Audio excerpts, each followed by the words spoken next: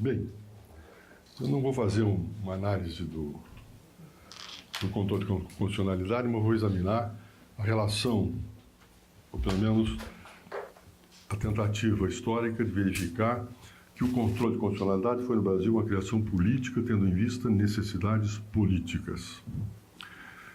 Então, com isso, eu começo historicamente com a Constituição Imperial de 1824, onde vocês têm lá o Superior Tribunal de Justiça, e nós encontramos, no período da vigência da Constituição de 24, o controle, a interpretação, a criação, etc., das leis era da competência da Assembleia Geral. Ou seja, o Poder Judiciário não tinha a competência não de interpretar só no caso concreto, mas a interpretação geral era feita pela Assembleia Geral. Quando houve a abdicação, em 31, e começou o período da regência, surge então o ato adicional. E o ato adicional previu, considerando o problema de que a regência, o período da regência era um período quase republicano federativo, a preocupação que teve o ato adicional era de que as leis que contrariassem, as leis editadas pelas províncias, que contrariassem a norma nacional, poderiam ser vetadas pelo presidente do Estado, indicado pelo imperador. E o presidente do Estado não sancionava a lei estadual e vetava. E o veto poderia ser revisto pela própria Assembleia Provincial. Na hipótese deste veto ser anulado ou não ser aprovado e ser refeito, o que fazia? Ele enviava para o presidente da província, enviava o texto vetado, cujo o veto foi rejeitado pela Assembleia Provincial, ele enviava para a Assembleia Geral. E a Assembleia Geral, então, mantinha o veto ou rejeitava a pretensão do presidente do Estado, do governador do Estado.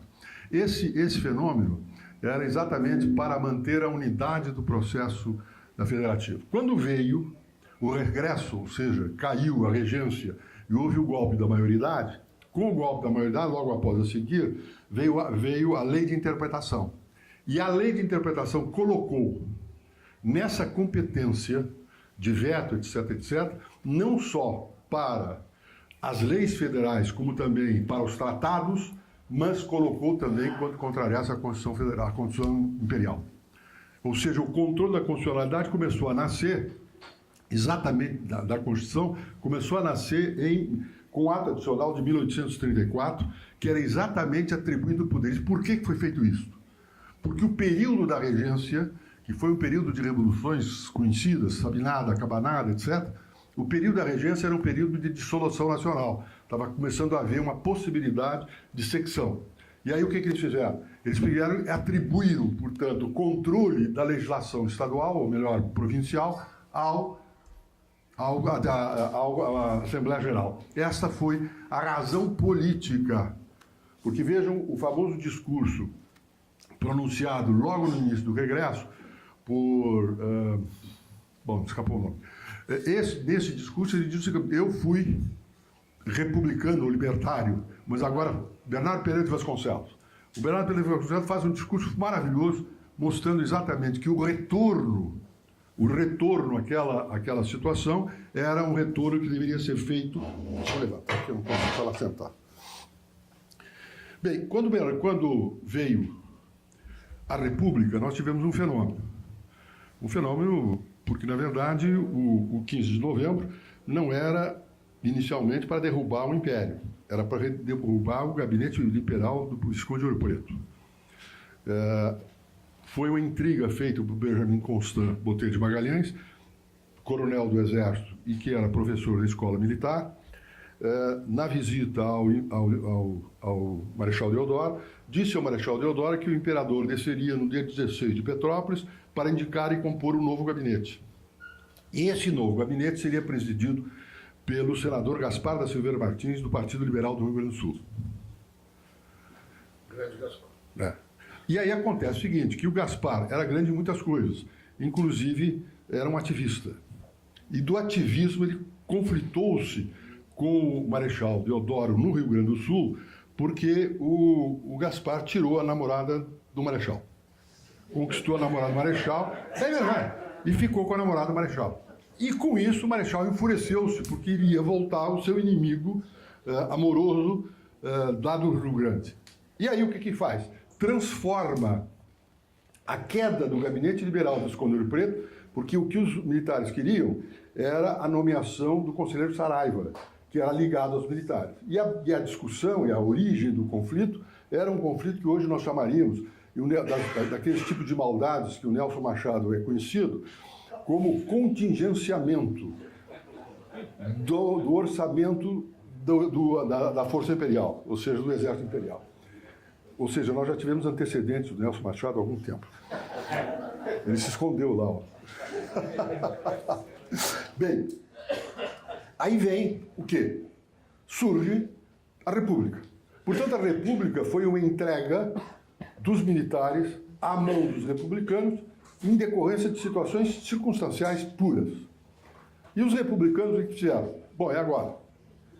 O Partido Republicano era um partido que tinha sido formado em 1870 e esse Partido Republicano não tinha capilaridade no país. O sistema eleitoral que vigia era o sistema da lei de 1881, do conselheiro Saraiva, que era um sistema distrital com voto majoritário, de um deputado só, voltando às origens do Marquês de Paraná, da lei do círculo, da primeira lei de círculos. Bem, o que aconteceu? Houve uma discussão de como seria implantado o sistema republicano.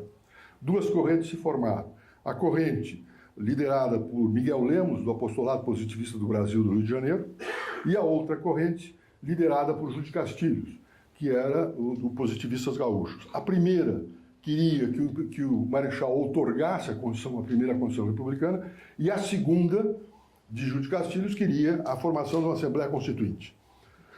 O problema que havia para a composição de uma Assembleia Constituinte, que foi a solução adotada, era que o Partido Republicano e as ideias republicanas não eram populares. Popular era o imperador. Tanto é que eles mandaram embora o imperador logo em seguida, com medo exatamente de que aquilo retomasse, que o império retomasse, tendo visto a figura do imperador que tinha prestígio. Aí o que aconteceu? E aí, como é que vamos fazer? Se nós vamos fazer uma eleição, o Partido Conservador e o Partido Liberal, as duas grandes estruturas políticas do Império, podem ganhar a eleição. E a composição da Assembleia Constituinte seria feita por compromissos do regime anterior. Aí o que passou? Aí vem a habilidade, a sagacidade, ou os raposas de Minas Gerais, e Cesário Alvim faz então o regulamento para a eleição da Assembleia Constituinte Republicana. Altera a lei de Saraiva e estabelece o seguinte: no período da lei de Saraiva, cada estado, ou melhor, cada província, era dividida em distritos eleitorais. E isto vinha desde 1855, com algumas variações, mas era o sistema imperial a partir do Marquês de Paraná. Aí o que aconteceu? Qual era a disputa política que havia?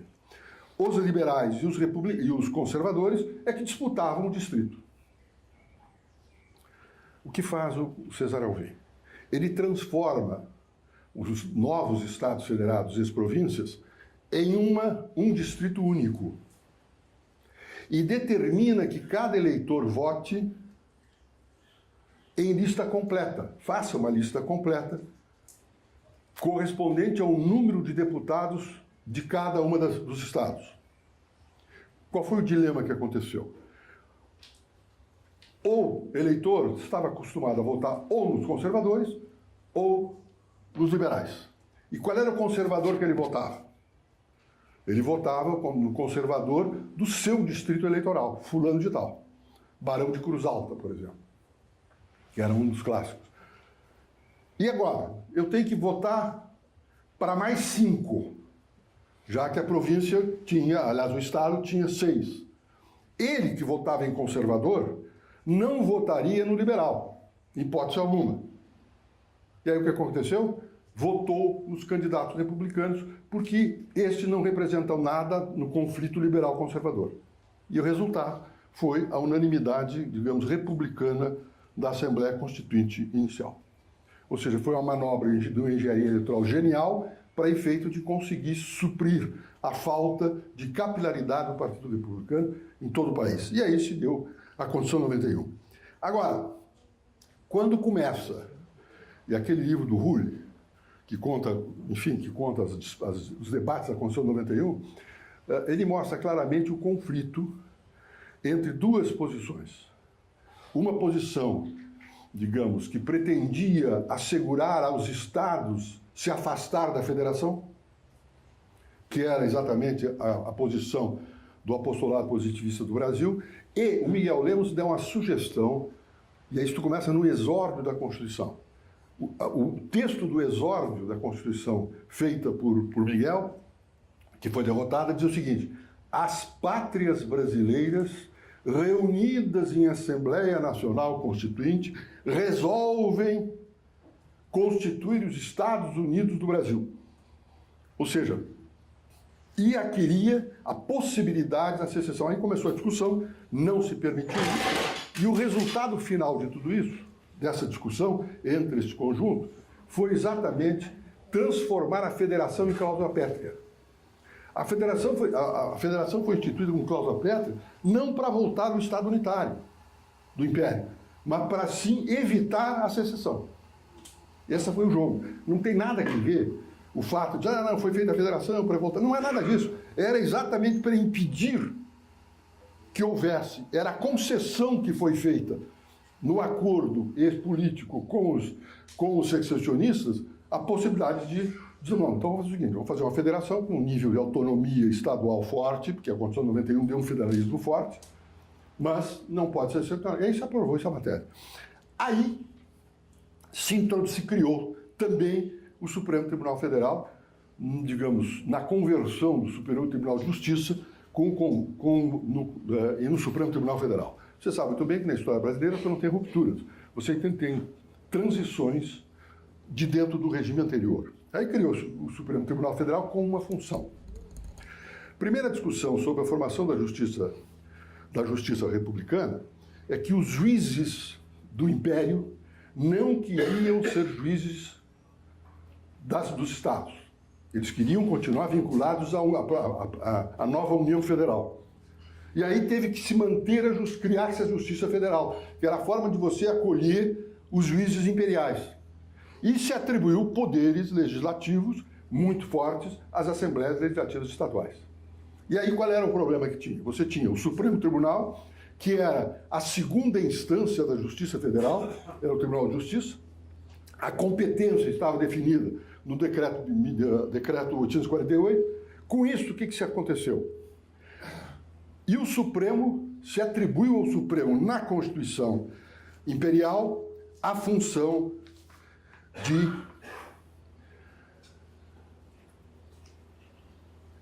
a competência ao Supremo de um recurso contra as sentenças das justiças dos estados, em última instância, diz ele, haverá um recurso para o Supremo Tribunal Federal sobre a validade ou aplicação dos tratados federais quando se contestar a validade de leis ou atos dos governos dos estados em face da Constituição ou das leis federais e a decisão do Tribunal do Estado considerar válidos os atos ou leis impugnados. Ou seja, se houvesse a identificação de um conflito da legislação da Constituição Federal com os atos locais, as leis locais, e o tribunal adotasse a posição da lei local contra a interpretação da Constituição Federal, o que acontecia? Havia um recurso. O que era isso? Era o controle da unidade nacional. Ou seja, a função aqui do Supremo Tribunal não era uma função de justiça às partes. Era uma função de Tribunal da Federação, para garantir a unidade. O próprio Campos Salles, depois, envia um projeto de lei para completar a regulamentação da Justiça Federal. E no projeto de lei, na sustentação, naquela época, o ministro de Estado comparecia perante o Senado ou a Câmara, perante a Assembleia Geral, para justificar a legislação, Ele diz claramente, nos anais está, nós precisamos resolver esse problema, e esse problema é instituir e criar a Justiça Federal como o Supremo Tribunal Federal como o guarda de fronteira, ou seja, evitar que o Estado federado avance além de sua competência. Era basicamente isso. Neste projeto, agora observem bem, não havia controle de constitucionalidade da lei federal. É falso afirmar de que o controle difuso da constitucionalidade no Brasil, amplamente, tenha surgido com a Constituição de 91. Na Constituição de 91 surgiu o controle das decisões dos juízes nos estados, mas não havia controle de constitucionalidade dos juízes da Justiça Federal. Por quê? Porque o Supremo, ou o órgão federal, tinha que se voltar contra a lei federal. E não havia. Não havia essa possibilidade. Até que, nesse projeto de lei, enviado por Campos Salles, para a complementação da Justiça Federal, que deu origem à Lei 221, de 1894, aparece, fiz uma pesquisa dessa história na Câmara, e acabei encontrando nos anais da Constituição de 1991, no Diário da Constituição, uma emenda oferecida pelo deputado Amaro Cavalcante. Amaro Cavalcante era um deputado eleito por Pernambuco, de novo voltando a Pernambuco, o Joaquim está aí, né? Voltando a Pernambuco, mas não era pernambucano, era do Rio Grande do Norte, viu? Ele havia estudado em Albany, nos Estados Unidos, e havia advogado perante a Suprema Corte Americana. Elegeu-se deputado, veio, verificou-se de claramente o problema, e o problema que tinha era este: haveria eleição para a composição do novo Congresso. Eleição esta que não poderia ser feita repetindo o modelo do regulamento Alvim. Tinha que ser uma legislação que depois um pernambucano, Rosa e Silva, acabou alterando, mas essa legislação dava a possibilidade de uma igualdade entre o Partido Republicano e os velhos imperiais. E aí o que se fez? Percebia-se claramente de que o que poderia ocorrer era você eleger um Congresso Nacional, uma Câmara e um Senado, com maioria de imperiais. Poderia a legislação federal trazer a legislação do velho regime para a situação republicana em diz respeito à Constituição Federal. E o que faz o Amaro Cavalcante, genialmente? Curioso, né? Porque todo mundo se esqueceu do Amaro Cavalcante. Todo mundo acha que o Rui Barbosa que inventou. Não inventou. Porque o Rui era imperial. O Rui fez um discurso dizendo que aceitava a República porque era a única forma do federalismo. Lembra-se disso? Que era uma forma de tentar contornar a posição imperialista imperial dele com a República. E aí aparece esse artigo. Parágrafo 10º, numa emenda que foi aprovada no Congresso Nacional e que atribuía a seguinte competência: os juízes e tribunais, ou seja, isso aqui é a legislação sobre a Justiça Federal. Os juízes e tribunais apreciarão a validade das leis e regulamentos. Quais leis? Federais, porque a competência era da Justiça Federal. E deixarão de aplicar aos casos ocorrentes as leis manifestamente inconstitucionais e os regulamentos manifestamente incompatíveis com as leis ou com a Constituição. O que fez isso? Atribuiu à Justiça Federal de então, e portanto também o Supremo Tribunal, que era o órgão recursal das decisões da Justiça Federal, o controle da constitucionalidade das leis federais.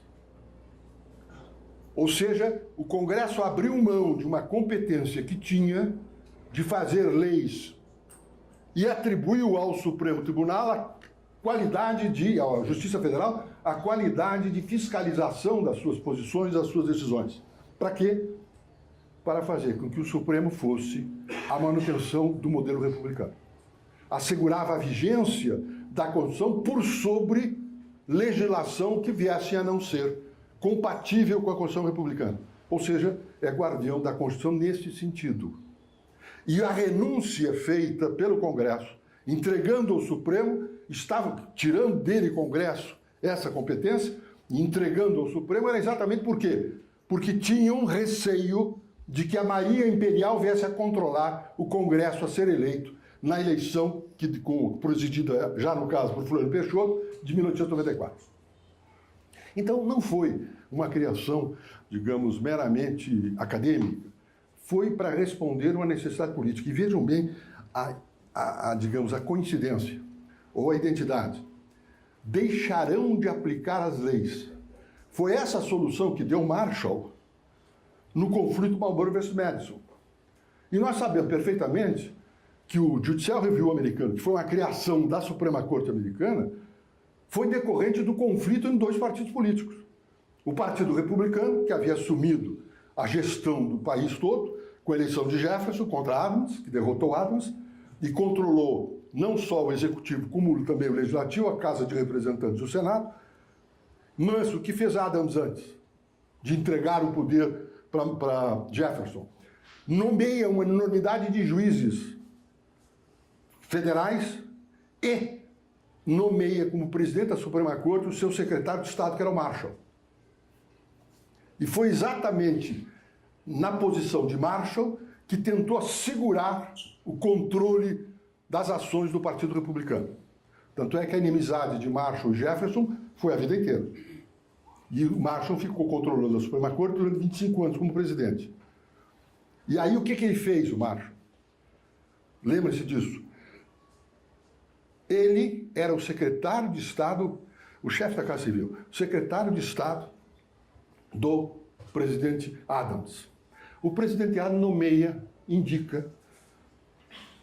lá um juiz de segundo e meio expediente sem remuneração, chamado Marlboro. Era um juiz de paz. Nomeia.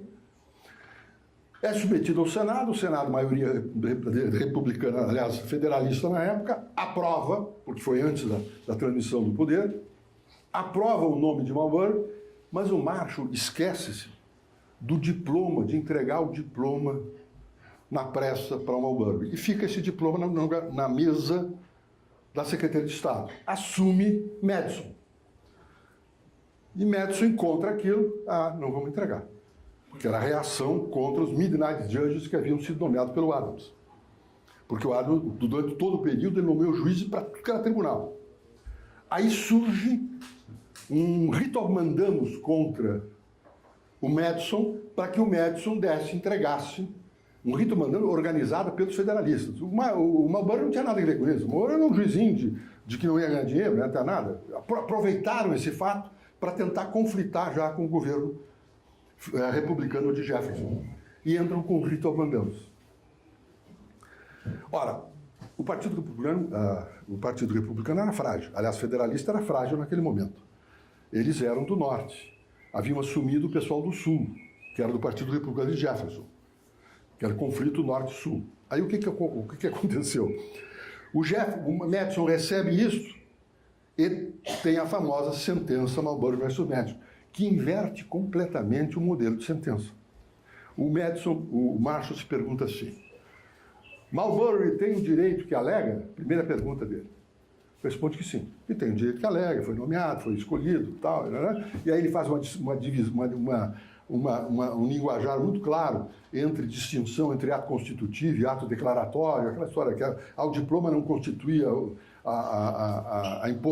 não empossava, mas o diploma era meramente declaratório, blá, blá, blá. Tem direito, tá, conhece. Coisa que seria a última pergunta. Né? A segunda pergunta: existe algum procedimento judicial para que Madison, que é titular desse direito, conseguisse sustentá-lo? Sim, existe, que é o rito of mandamus. Daí vem a terceira resposta de uma habilidade brutal. Só, mas temos um problema. Quem é competente? A competente é a Suprema Corte. E de onde é que decorre essa competência? Do ato do Judiciary Act de 98, em que havia sido criada uma série de tribunais federais e havia se atribuído à Suprema Corte essa competência. Aí ele pergunta, e pode competências da Suprema Corte serem atribuídas por leis infraconstitucionais? Não pode. Não pode porque esta lei é contrária à law of the land. E aí ele diz o seguinte, nós não podemos decidir. E cancela. Qual foi o jogo dele? Não revogou a lei do Judiciary Act, que havia atribuído essa competência à Suprema Corte. Ele disse que não era aplicável. O que diz o nosso Amaro Cavalcante? E deixarão de aplicar, ao casos ocorrentes, as normas inconstitucionais. Ou seja, era um caso concreto, que é o modelo de então, que nós resolvemos o problema com a criação da possibilidade de comunicar ao Senado e o Senado votar, etc., etc., e tornar ampla a declaração de inconstitucionalidade. Não conflitou politicamente com Jefferson e com o Partido Republicano, só deixou de aplicar. Ou seja, aquela coisa de ontem do poder negativo. Mas foi uma criação política e nós criamos dessa forma. Agora vejam bem, estou chegando no fim, para não prorrogar. Quando, posteriormente a isto, vem o destino da Justiça Federal, que havia sido criado em 1892, e aí, em 1934, a Constituição de 34, cria o segundo grau de jurisdição da Justiça Federal de então, que era o Tribunal Federal do Recurso. Ou seja, tira do Supremo Tribunal a função de ser juiz, aliás, órgão recursal da Justiça Federal do primeiro grau. Até que em 37, o Getúlio extingue a Justiça Federal. E depois retoma-se a Justiça Federal quando? No regime militar. Para tirar dos estados competências que entendia que deveria ser a um órgão vinculado à União. O que era isso? Situação de decisão política. Claramente uma decisão política para tirar daquilo que não teria controle e a primeira nomeação dos juízes federais foi uma indicação, lembra-se disso. O meu professor de Teoria Geral do Direito, que era foi o Nery da Silveira, foi ministro supremo, foi um primeiro juiz federal lá no Rio Grande do Sul. E era nomeado diretamente pelo presidente da República. Só depois que vieram os concursos. Afora o quinto constitucional, etc, etc. Até que, por fim, nós chegamos a um problema. O controle difuso da constitucionalidade, que havia sido criado por Amaro Cavalcante nessa fórmula, e que havia sido criado pela Constituição 94, do controle das decisões estaduais, com a extinção da Justiça Federal, ficou mais grave. Mas continuaram exercendo a mesma função, porque extinguiu-se a Justiça Federal, mas se manteve o tipo de competência que tinha para os juízes estaduais, a partir de 37. Mas também não tinha sentido nenhum. Até que em 46, volta-se ao tema, e aí se atribui o controle da constitucionalidade das leis na linha de Amaro Cavalcante. Portanto, eu queria, com isso, recuperar a memória de Amaro Cavalcante nesse tema. Constitucionalista algum fala nele. O Rui, naquelas comentários da Constituição de 91, compilado pelo Homero Pires, não diz uma palavra sobre Amaro Cavalcante. Não diz nada. Oculta o fato de que aquilo não era obra dele, que era obra de outro. E aí, depois, veja bem, o que aconteceu posteriormente? Quando chegamos em 88, aliás, quando chegamos em 1965, vem a criação do controle in abstrato, concentrado da constitucionalidade. Os militares é que criaram isso. Era a emenda constitucional mandada por Castelo Branco. E qual era o problema? O problema era as maiorias que poderiam se formar no Congresso, uma vez que o poder, a ditadura não pôde derrubar o Congresso, manteve o Congresso e as eleições. E aí o que faz? Cria-se o controle da constitucionalidade, que foi uma proposta feita, inclusive, aceita pelo Supremo, que era presidido na época... Não me recordo. Enfim, Não, o Ribeiro Costa é outra história. Tem uma história bem misteriosa do Ribeiro Costa, diz o Galotti que é falsa aquela história de que eles vão entregar as chaves quando caçaram todo mundo. Que aquilo não é verdadeiro, que a história era outra. Bem, mas não importa. O fato é que veio o controle concentrado da constitucionalidade para assegurar o quê? O controle das leis federais e das leis estaduais, porque tinha competência para julgar a inconstitucionalidade das leis estaduais também, por parte do Supremo Tribunal. E depois, mas tudo isto, vejam, tudo isto era possível a ação direta, naquela época era representação de inconstitucionalidade. A representação de inconstitucionalidade só podia ser movida por uma pessoa. A legitimação ativa, que era o Procurador-Geral da República, que era integrante do gabinete do presidente. Ou seja, era um instrumento do Executivo para assegurar a consistência com a Constituição de 67, posteriormente, e com a Emenda Constitucional número 1, de 69.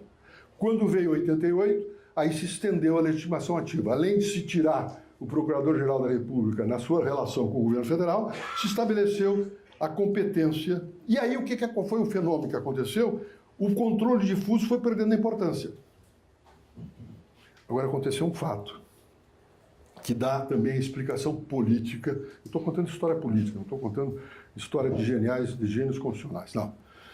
Vocês lembram, o Zé Paulo Pertence, quando foi Procurador-Geral da República, surgiu um problema no governo Sarney.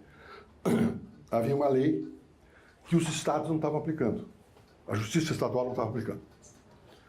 E não tinha como fazer, porque tinha que esperar todos os recursos extraordinários, aquela coisa toda, para conseguir mudar. E o que o Zé Paulo fez? O Zé Paulo pega o subprocurador-geral, o segundo, e ajuiza uma ação direta, uma ação direta de inconstitucionalidade, já no regime de 88. Aliás, antes, uma representação. Mas não assina o outro. Aí, quando vai no julgamento, o Zé Paulo sustenta a constitucionalidade da lei federal, que não estava sendo aplicada pelos estados. E sustenta também, começa a falar na bilateralidade do efeito da ação de inconstitucionalidade, da representação.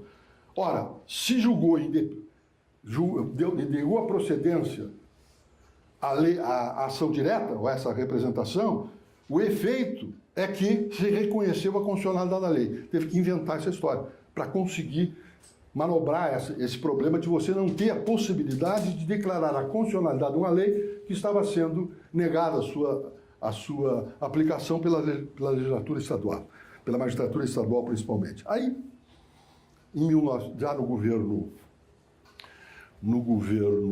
Itamar Franco, você se lembra daquela história do etanol, que houve um problema de importação de óleo, de gasolina, etc., etc., e aí o governo mandou fazer uma mistura de 25% de etanol. Lembra desse troço? Bom, aí já existia ação civil pública, que havia sido criada no governo Sarney, quando o Sarney sancionou a lei, a ação civil pública, ele diz assim, nós estamos criando um problemaço aí, você se prepare que isso vai dar confusão. Diz o Sarney, isso é contado pelo Zé Paulo. Bem, aí o que acontece? Tem a tal lei do etanol. Aí começou, teve lá uma ação civil pública no Espírito Santo, o sujeito mandou suspender a aplicação, a mistura do etanol no país todo, outro no Rio Grande do Sul, só no Rio Grande do Sul, em São Paulo permitiu, tem uma enorme confusão. E aí, o Roberto Freire, que era o líder do governo na Câmara do Itamar, pernambucano. Hã? Não. Roberto Freire liga para mim e diz, escuta, como é que a gente pode resolver esse assunto? E eu me lembrei que tinha um projeto de lei, um projeto de emenda constitucional de autoria do Roberto Campos, que havia sido redigida e, enfim, montada pelo Gilmar Mendes, criando ação direta de constitucionalidade, ADC, que era para resolver o problema que havia enfrentado o Zé Paulo. Então eu sugeri, olha, vamos fazer o seguinte, aproveitem essa emenda, agora, não dá para tramitar como emenda. Aí o que a gente fez?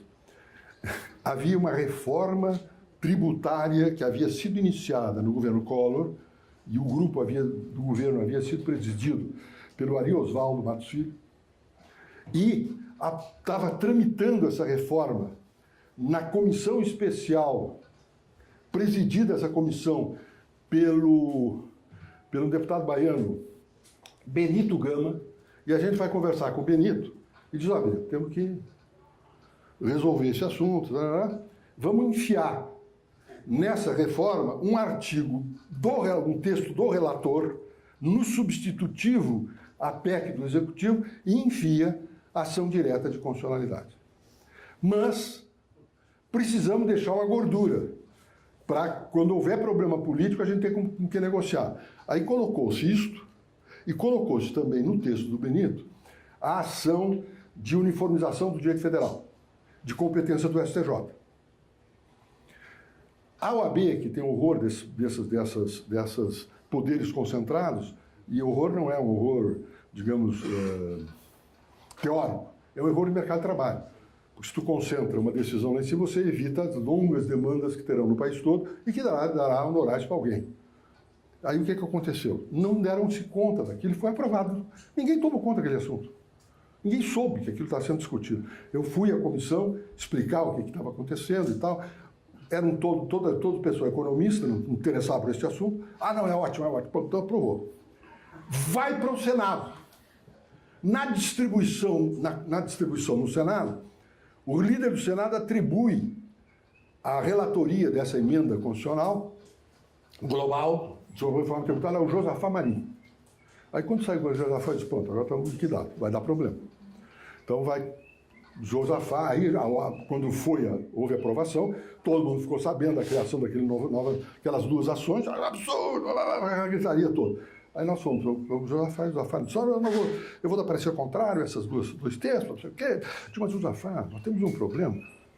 Naquela época ainda não havia sido resolvido um problema regimental sério, que era a mudança, as alterações que o Senado introduzisse na lei, na proposta de emenda constitucional aprovada na Câmara.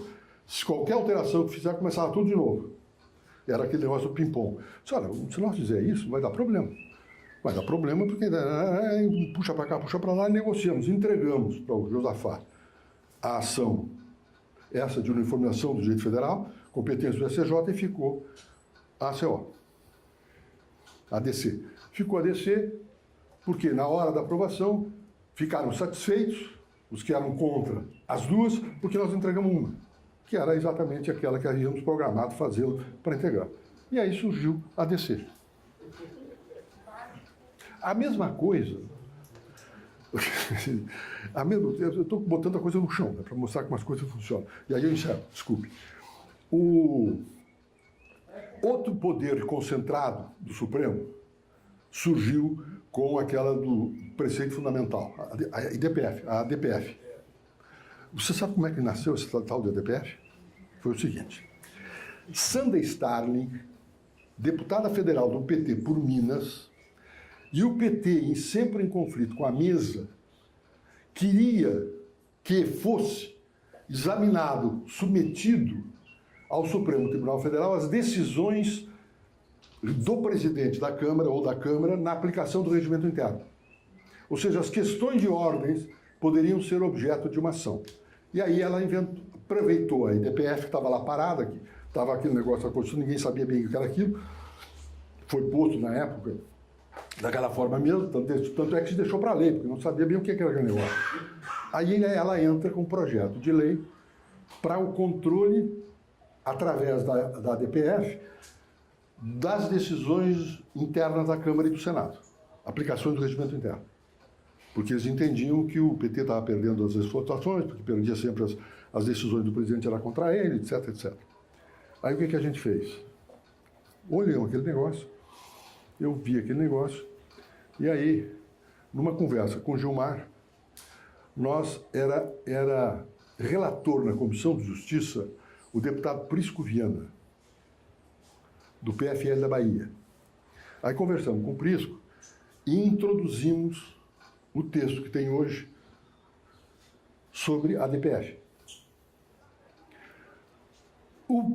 O relatório substitutivo feito pelo Prisco incluía, não mexia no de cima, que era a pretensão petista, e incluía o de baixo. Botava aquela emenda. Eles não se deram conta, porque não entendiam daquele negócio. Não se deram conta e aprovaram. Foi aprovado a lei, não sei o quê, vai para o Senado.